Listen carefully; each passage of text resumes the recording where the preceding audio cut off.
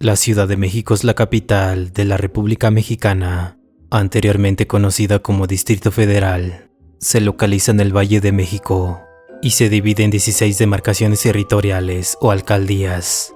Es sede de los poderes federales y es la ciudad más poblada de México.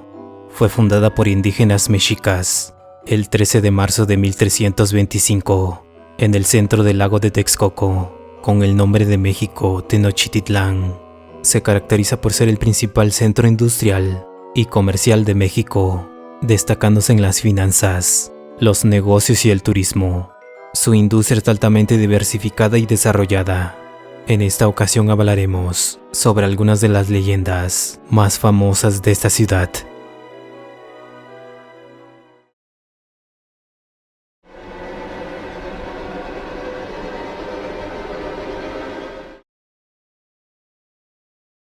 La niña fantasma de Eugenia y Gabriel Mancera.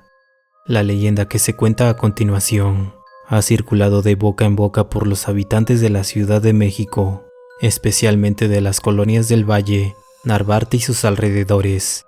La ubicación exacta donde ocurre este fenómeno es en el cruce del eje vial número 5 Sur, mejor conocido como Eugenia, y el eje vial número 2 Poniente, también conocido como Gabriel Mancera.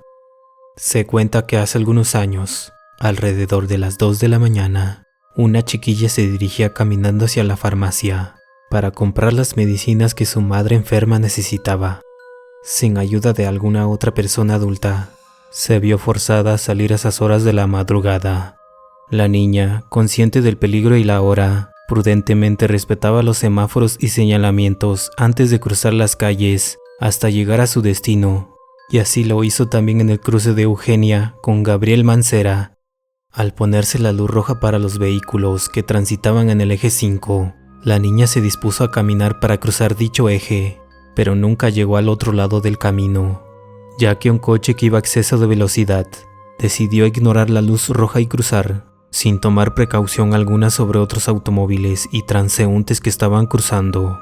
Derribó mortalmente a la niña, dejándola gravemente herida y moribunda en el arroyo vehicular. El conductor responsable nunca se bajó del vehículo. Es más, nunca se detuvo para saber si la niña seguía viva o si ya había fallecido, y nunca pidió asistencia médica. Siguió su camino sin preocuparse de lo que había ocurrido. Posteriormente la niña falleció en agonía y sola. Nadie la ayudó. Desde entonces, alrededor de las 2 de la mañana, en el cruce de Eugenia con Gabriel Mancera, el espíritu de la niña se aparece a los automovilistas que circulan a esa hora a exceso de velocidad. Ella cruza la calle como aquella fatídica noche cuando perdió la vida, provocando así que los automóviles se vuelquen por tratar de esquivarla cuando la ven, quedando los vehículos con las llantas arriba.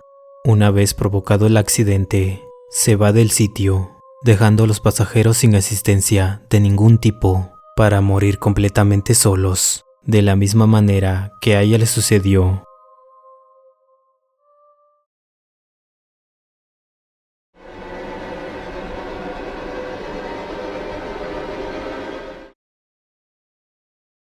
El fantasma de la Basílica de Guadalupe. La Basílica de Guadalupe es uno de los templos más importantes de la religión católica y también uno de los lugares más concurridos y venerados del país. Se localiza en la alcaldía Gustavo Madero de la Ciudad de México.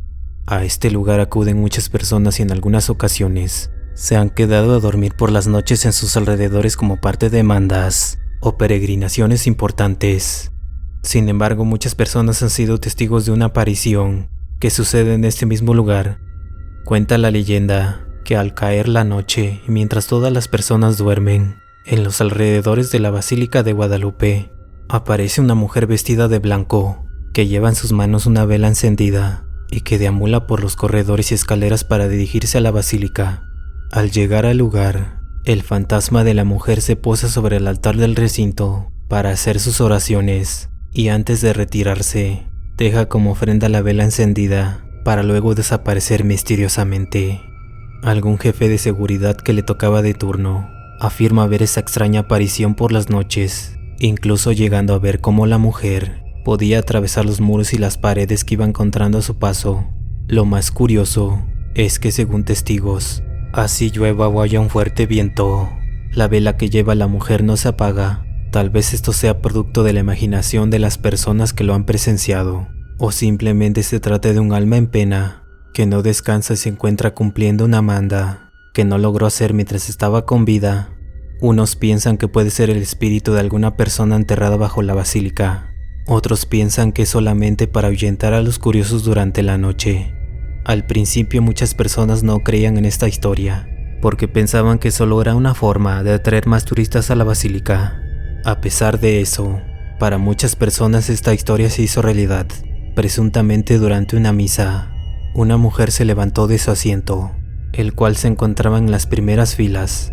Aunque todos estaban atentos a las palabras del padre, algunos lograron observar a la mujer caminando entre todas las personas y dirigirse al confesionario.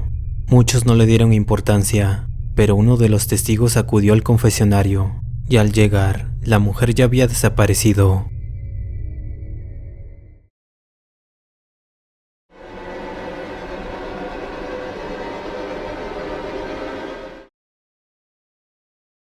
La monja del Templo de la Concepción. Esta historia se desarrolla en el antiguo convento de la Concepción, que se ubica en las calles de Belisario Domínguez y República de Brasil, del centro histórico de la Ciudad de México. Fue el primero en ser construido en la capital de la Nueva España y fundado en 1540 por Fray Juan de Zumárraga, primer arzobispo de México. Cuenta la leyenda que a mediados del siglo XVI vivió una mujer llamada María de Ávila, muy hermosa y joven, de buena posición social y con una fortuna considerable.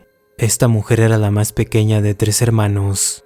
Doña María era muy bonita y elegante, y un día se enamoró de un joven que su apellido era Arrutia, mestizo, de humilde cuna y de origen incierto, quien, viendo el profundo enamoramiento que había provocado en Doña María, trató de convertirla en su esposa, para así conseguir riqueza y linaje que le ayudarían a satisfacer sus ambiciones personales.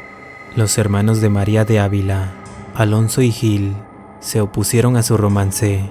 Incluso Gil pensó en retar al hombre a un duelo a muerte, pero Alonso, pensando mejor las cosas, decidió reunir una cantidad de dinero nada despreciable y se lo ofrecieron al mestizo para que huyera de la Nueva España y se instalara en otro sitio.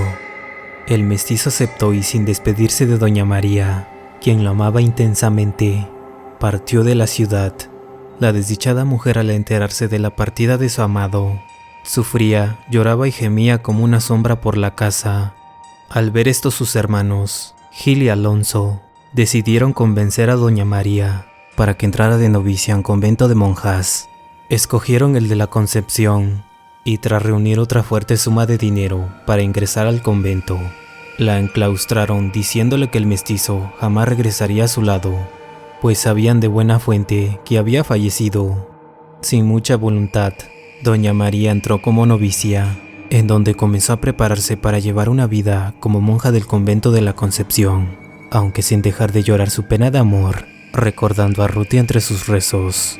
Por las noches, en la soledad de su celda, se olvidaba de su amor a Dios, de su fe y de todo, y solo pensaba en aquel mestizo que le había robado su corazón. Tiempo después, Arrutia regresó a México y localizó a Doña María en el convento de la Concepción. Ella, al saber que no podía estar con él, decidió quitarse la vida. Una noche, agarró un cordón y lo trenzó con otro para hacerlo más fuerte, a pesar de que su cuerpo se había hecho frágil y pálido debido a los constantes ayunos que seguía. Se hincó ante un crucifijo y pidió perdón por lo que estaba por hacer y no dejar de amar a Arrutia. Ató la cuerda a un árbol de duraznos en el patio del convento y se la colgó al cuello, muriendo lentamente. Al día siguiente, una monja vio colgando de aquel árbol de duraznos el cuerpo sin vida de María de Ávila y se le dio cristiana sepultura en el cementerio interior del convento de la Concepción. Sin embargo, un mes después, una de las novicias presenció la horrible aparición de una monja que tenía un aspecto horrible y sollozante, reflejada en las aguas de la fuente. A esta aparición siguieron otras, hasta que las madres superioras prohibieron la salida de las monjas a la huerta, después de ocultarse el sol. Estas apariciones se prolongaron por mucho tiempo después, ni muerta soportó la ausencia de su amado y salió en busca de él, pues se cuenta que un día encontraron al mestizo Arrutia con el terror reflejado en su rostro y muerto a causa de un infarto provocado por el miedo irracional que sintió al ver algo desconocido.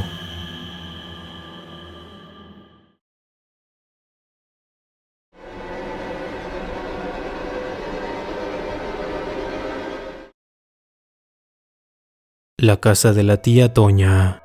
Para los habitantes de la Ciudad de México, la leyenda de la tétrica casona de la tía Toña es sumamente conocida, ya que ha sido transmitida de generación en generación. La casa se ubica en lo que hoy es llamada como la tercera sección del bosque de Chapultepec, muy cerca del Panteón Civil de Dolores, en Avenida Constituyentes. Como es de suponerse, la vivienda permanece vacía desde hace varias décadas, aunque actualmente se ha confirmado que está habitada. Muchos curiosos de todas las edades se acercan a las ventanas, pues desean entrar a investigar en su interior y verificar si el relato de miedo es verdadero o falso. Lo cierto es que de día, la casona no luce tan tétrica como se esperaría. No obstante, en el momento que el cielo se torna oscuro, es cuando la gente se aleja del lugar.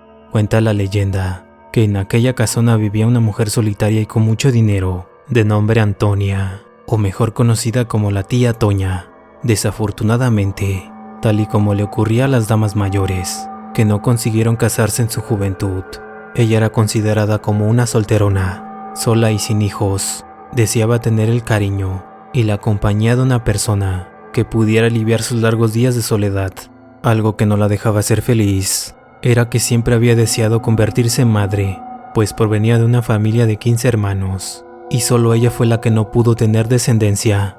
Buscó adoptar a varios niños sin mucho éxito, debido a que en esos tiempos, una madre soltera no era bien vista por las autoridades. En medio de esta soledad, decidió darles cobijo en su casa a los niños de la calle, proporcionándoles ropa, techo y comida.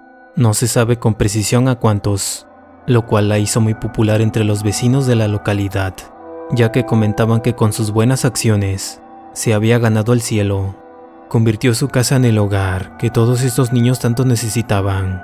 Al comienzo, los infantes se portaban bien y respetaban las normas que debían seguirse en dicho inmueble.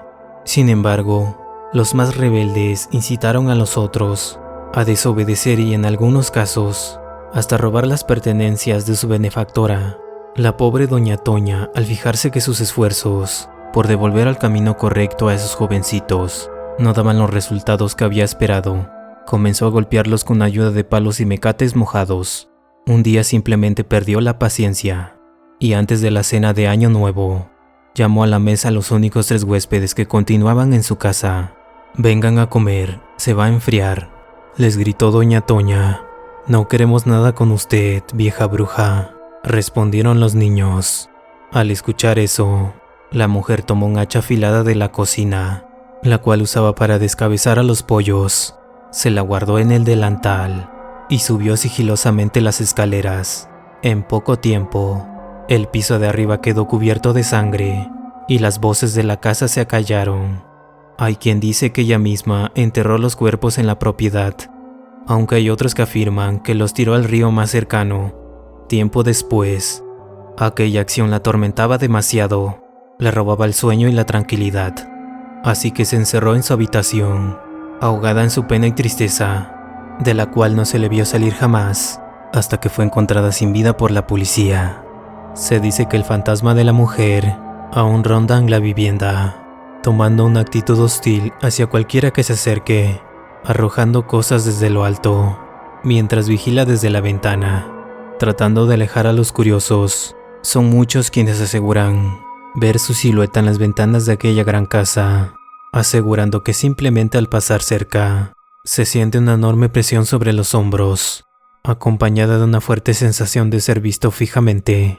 En ciertas ocasiones, se han podido escuchar muchos gritos en los alrededores, atribuyéndolos a aquellos niños fallecidos en ese terrible día en que la tía Toña les arrebató hasta el último aliento.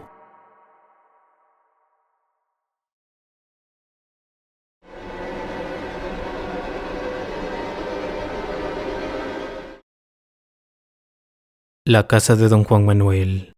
En la calle de República de Uruguay número 90, en el centro histórico de la Ciudad de México, hay una construcción muy antigua, en donde vivió, durante la época de la colonia, don Juan Manuel de Solórzano, un hombre que decidió hacer un pacto con el diablo. Cuenta la leyenda que alrededor del año de 1635 vivió un hombre muy rico. Este hombre se llamaba don Juan Manuel de Solórzano, quien estaba casado con doña Mariana, una mujer muy bella y virtuosa, pero la tristeza de aquel hombre estaba marcada por no haber tenido descendencia. La pena lo consumía todo el tiempo, que intentó separarse de su esposa y enclaustrarse en el convento de San Bernardo.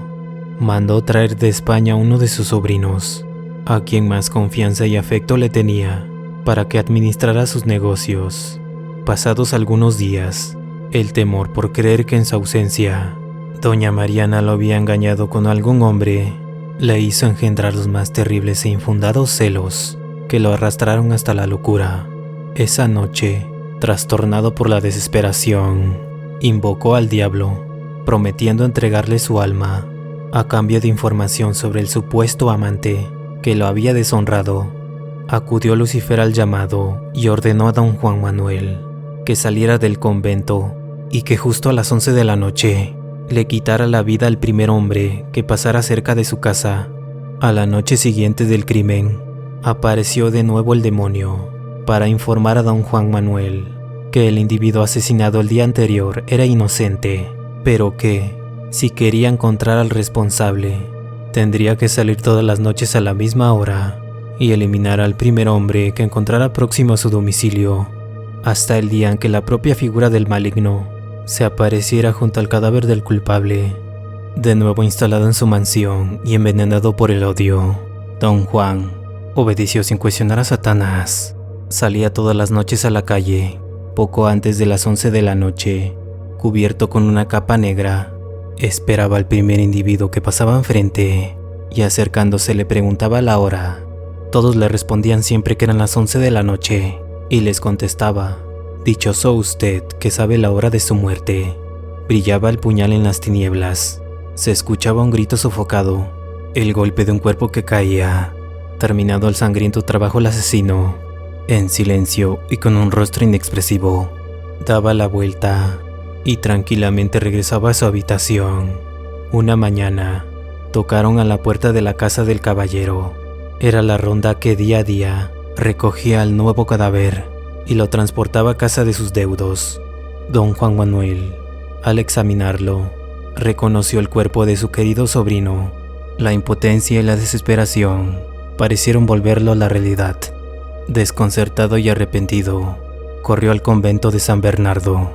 Entró a la celda de uno de los más sabios y fieles religiosos y confesó detalladamente todos sus crímenes, alegando que al momento de realizarlos se encontraba bajo las órdenes de Lucifer. El reverendo, sin perder la calma, le mandó como penitencia, para poder absolverlo de sus culpas, que se presentara al pie de la horca durante 3 noches seguidas y rezara un rosario. Durante la primera noche, cuando aún no concluía el rosario, don Juan Manuel escuchó, sin saber de quién ni de dónde provenía, una voz escalofriante que suplicando decía: «Un Padre Nuestro» y un Ave María por la salvación de don Juan Manuel. Temeroso y arrepentido, volvió a su casa. Esperó hasta el amanecer para ir al convento y contarle a su confesor lo sucedido. Este le indicó que continuara con su penitencia, ya que era la única manera en la que conseguiría la absolución. Humilde, sumiso y obediente, don Juan estuvo a las 11 en punto en la horca, pero aún no había comenzado a rezar, cuando vio un cortejo de fantasmas que con cirios encendidos conducían su propio cadáver en un féretro.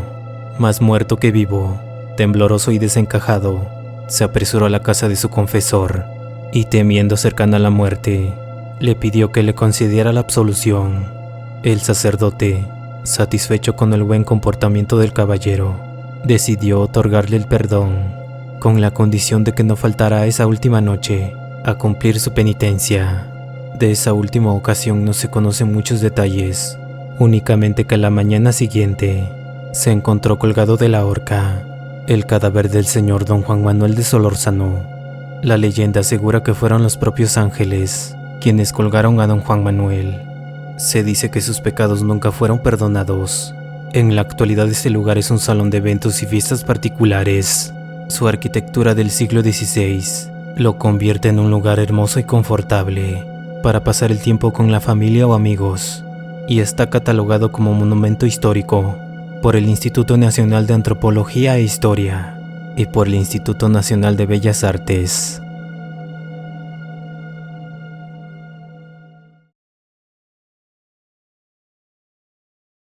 Suscríbete al canal si te gustó este video.